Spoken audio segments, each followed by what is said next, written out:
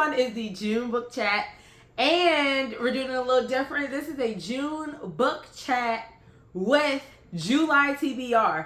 Now, the reason I am doing this is because the books that are on my TBR are going to be books you've heard me talk about like in the last couple of videos, because one thing I've been trying to do is get down my TBR. So I didn't see the need to do like a separate video. I'm literally showing you every single book that I'm going to be reading because I'm just going to be picking from this list.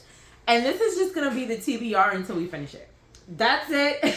We're not going to, I don't know, we might deviate. But that's going to be my goal, to like stick to this TBR so I can get all the books that were purchased before 2025 off of my TBR list and read.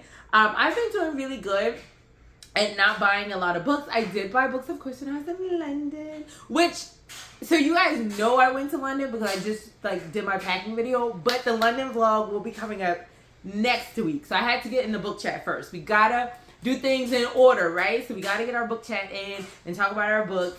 But I did buy books when I was in London. But outside of that, I haven't, like, since the last time I bought books when I talked. Well, I did. Okay, so I did go to Ollie's, but I never posted the video. So I did buy a couple books from there, but I already showed y'all that. But my point is, I have not been buying a lot of books. And I want to get back into buying more books. Like, that used to be my thing. And I don't really leave my house too often. So locally at least. So being able to go to the bookstore was something I look forward to every month. So I want to get back into going to the bookstore. And the reason I don't go is because if I go, I'm going to buy books. There's not going to be like unless like the book selection is just, I am going to buy books and there are going to be several books bought. So, you know, if you can't help yourself, you stay away, right? So I'm going to go over first the books that I read in the month of June, and then I'm going to talk about what we're trying to read, what we have left on the old TBR. So there's like 7 that I didn't get to this month, but it was already a big TBR. It's going to be a big TBR in June. So let's go with what I read. So the first 2 I'm not going to talk that much about because I talked about it in my reading vlog. Bye Baby by Carola Levering. This book was okay. The book was not, I don't necessarily think you have to read this book. Because, one, I feel like this is a book where you're just not supposed to like either of the characters because both of them got on my nerves. At the end, it did get, like, I feel like maybe one person learned something and changed. But it's about a book, a lady hears screaming, and she's like, oh, my friend is screaming. I know why she's screaming. Her baby's missing. Oh, I took her baby. You know all of that going into the book. What you're really trying to figuring out is their past relationship, things that happened that brought them to this point, and then revelations that you have about these people. You don't have to read this one. Like, you could literally just leave that one alone. Now, this one, The Crash by Frida McFadden, and I don't think I said it like that in the book form. I think I was more open to it, but after I thought about it, I was like, yeah. Because they really did get on my nerves. But The Crash by Frida McFadden. Now, I talk about Frida. But this is actually really, really good. It gives you, if you love misery, it gives you misery vibes. But Frida puts her own little twist on it. It is about this girl named Tegan. Gets into an accident. And she's picked up. This is in rural Maine. She's picked up. Has a broken ankle by this man who has like a tow truck. And from there, things just start to happen. Tegan wasn't the brightest crayon in the box the whole time, but the book was really good, really made me laugh. And you know, Frida did her thing. I was surprised at the ending. I did not expect the person to be the person. Like, I didn't expect them to be the problem. So I'm gonna say that, well, there were a couple people who were problems, but the ultimate problem, like the problem that was the problem from the beginning, but we didn't know that, I didn't expect that. So this is a good one, and I do recommend that reading. Now, the next one I did on audiobook is called it's called Shutter Island by Dennis Lehane. Y'all, this thing, I listened to this. It was a great listen. So this book is actually set like in 1954. Here's the thing. I never read the back of this book. My friend at work said it's a good book. You'll love it. You should read it. So I bought it. Never read the back of this book, which explains something because the word Negro was dropped. And I was on a plane and I heard it and I was like, what?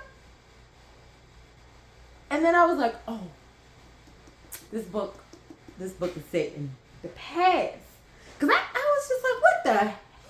Okay, but like it just threw me off. So this book is set in 1954 because it makes sense to like some other stuff that was going on, but it didn't trigger me like that. But anyway, it's basically about this guy named Teddy Daniels. He's a U.S. Marshal, and he's at this place called Shutter Island, which is the home of Ashcliff Hospital for the Criminally Insane. And he's basically investigating a disappearance of one of the patients there, and a hurricane hits, and then all these secrets start to come out about this place, and we find out, yo, let me tell you, when I was listening to this book and I found out what had happened and what was going on, and I got some hope, and then that hope was taken away. Like, this was such a good book. Pay attention. That's all I'm gonna say is pay attention. And the book is actually, I don't know why I feel like this was a lot of hours on the audiobook, but the book is actually only like 300 something pages. And the words are like this. Like, these are the words. Ooh. Okay. That's better. These are the words. I don't know if you can see them, but they're like pretty big, but really, really good listen. Like, the twist is gonna shock you, because I was shocked. I think this is like a movie or something. But anyway, the next one, Dirty Laundry by Deisha Bose. If you want some real housewives, like suburban sedity mess, this is the book for you. You got affairs in here. I mean, literally in your face, like murder-ish. Like, yeah. So it's basically about these basically different women. So she was a perfect wife with a perfect life. You would kill to have it. So it's about Ciara, but I think they pronounce it Sierra. It looks like it's written Ciara. This is actually set in like England. No, not England. I want to say it's like Ireland or something. But basically, you have these different mothers, some from different cultural backgrounds, living in this village with their spouse, and one woman's an influencer. And when I tell you, honey, people was just doing people dirty left and right. And when you get to when you like find out, like the thing, you find out what happens at the beginning. Does it tell you? Okay, yes. So we know that Ciara, she's found murdered at her house. So you know that from the inside of the book, and that's how the book is introduced, and then the book is telling you how we got to that point, and then you find out what happened. It was good. It's like juicy little messy mess. Like, I mean, just mess, and I ate it up. We Hear Voices. This one is by Evie Green. This was actually a Dollar Tree find, so it was a good Dollar Tree find. This is a Dollar Tree find. I also did this one on audiobook. It's by Evie Green. Now, this one is about, okay, so, and it is written in this book, but when it intros, she actually talks about how this book is going to sound as though she wrote it about the panorama we don't want to mention because we don't want to go back to 2020. That one. But she actually didn't. She actually finished this book in 2019. But like, if you did not know that, you would have literally thought she wrote it about that.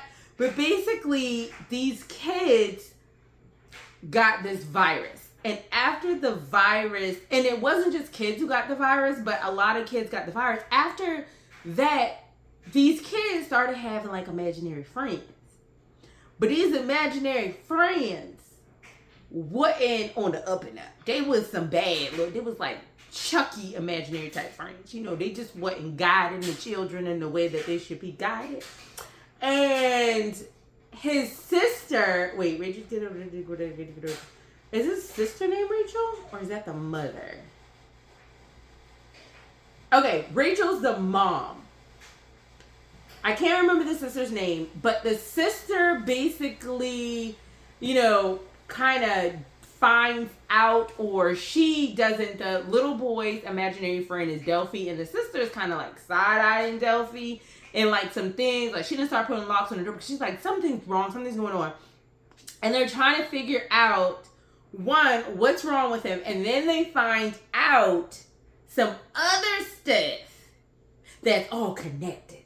And then you got rich people, they trying to like put people on Mars, all kind of stuff. Like, it's a very good book. It's one of those you can't trust the government type books.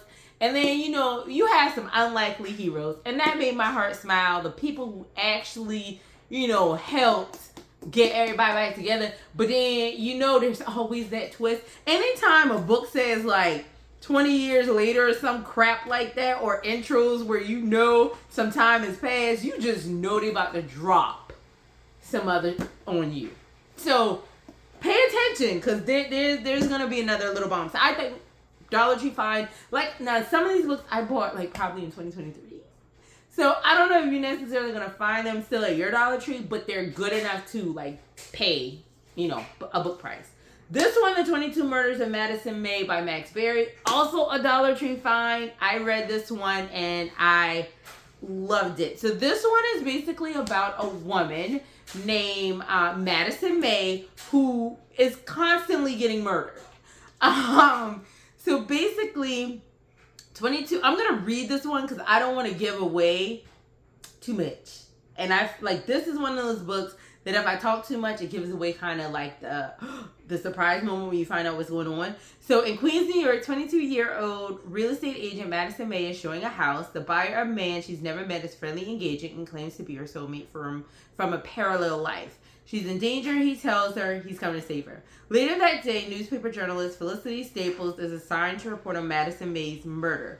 Discontent with her own life, Felicity finds herself drawn into a shocking conspiracy involving a powerful group who have harnessed the ability to slip between lives to move from one version of reality to another. Okay, it does tell you that. See, I literally just be, like, I read this, but, like, in 2023. So I didn't know.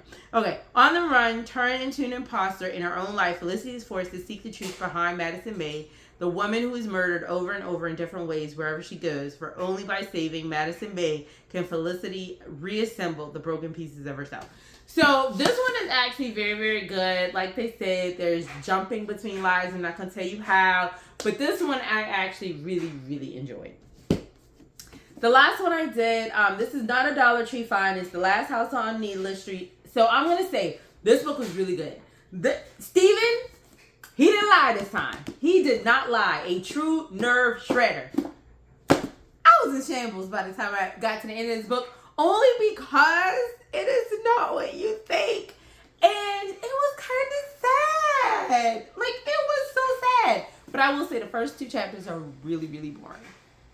That's why I switched to audiobook. So, I would recommend, if you don't like audiobooks, read the book. The book is good, but you got to suffer through chapters 1 and 2. And when I say, like, I fell asleep. So, the first time I fell asleep on chapter 1, I thought it was because I was tired. So, I tried it again. I fell asleep again. And I keep waking up and I'm like, why am I still on like page 3? And then when I tried it the third time, I said, okay, it's not me, it's the book. Let me switch to audiobook. After I got past chapter 2, the book was very interesting. Let me tell you, there's a cat who loves the Lord, okay? And she is saved, and this cat was taken. The cat took me out because when the cat comes in, I'm like, what? Like, where are we going? Y'all, it was good. So I'm just going to read the back because this is a book, kind of like Madison May. I feel like this is a book, if I talk too much about it, it gives away the aha moment at the end. And when I found out what was going on, it made so many things earlier where I was like, that's just so stupid. Why would you do that? Everything made sense at the end. And you just get such...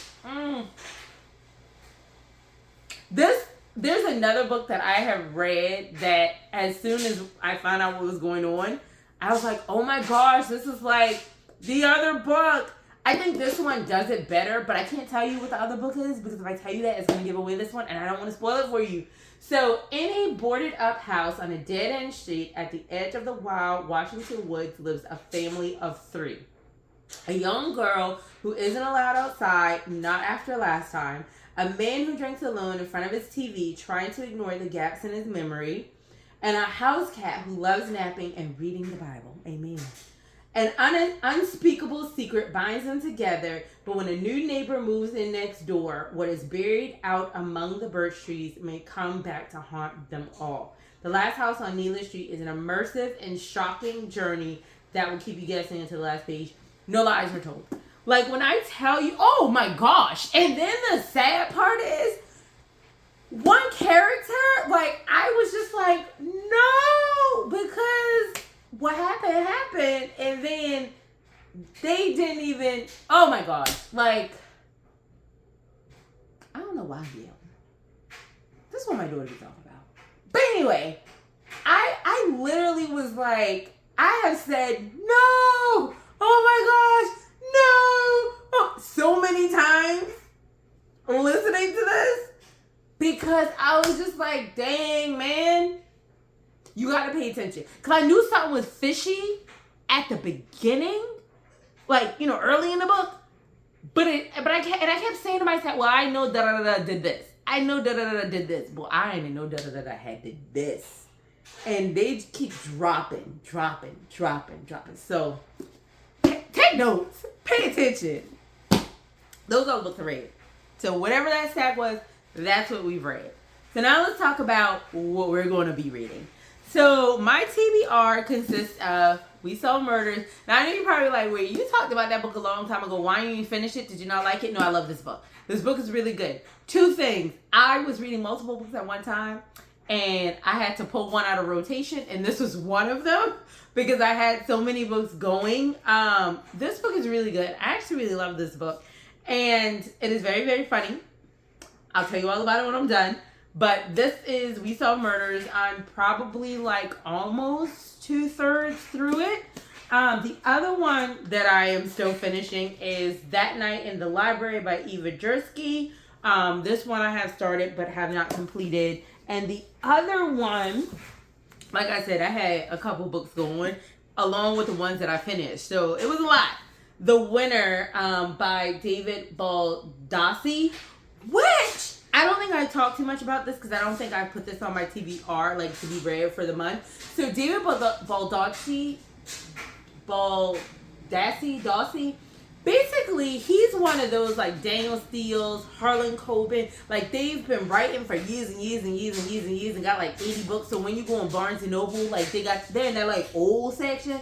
So a friend of mine actually bought this for me. And I'm doing it on audiobook because this book is over 500 pages.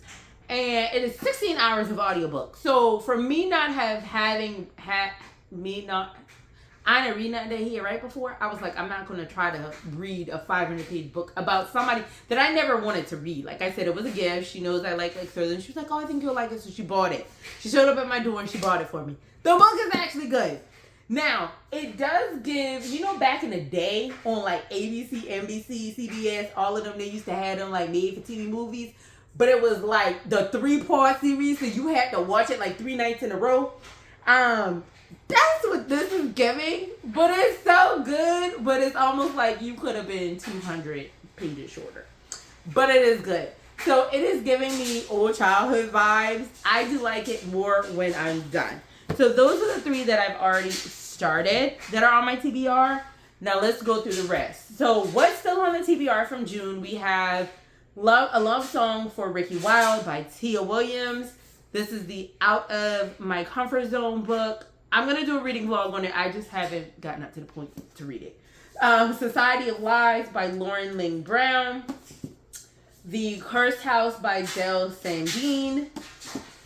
Signed Here by Claudia Lux.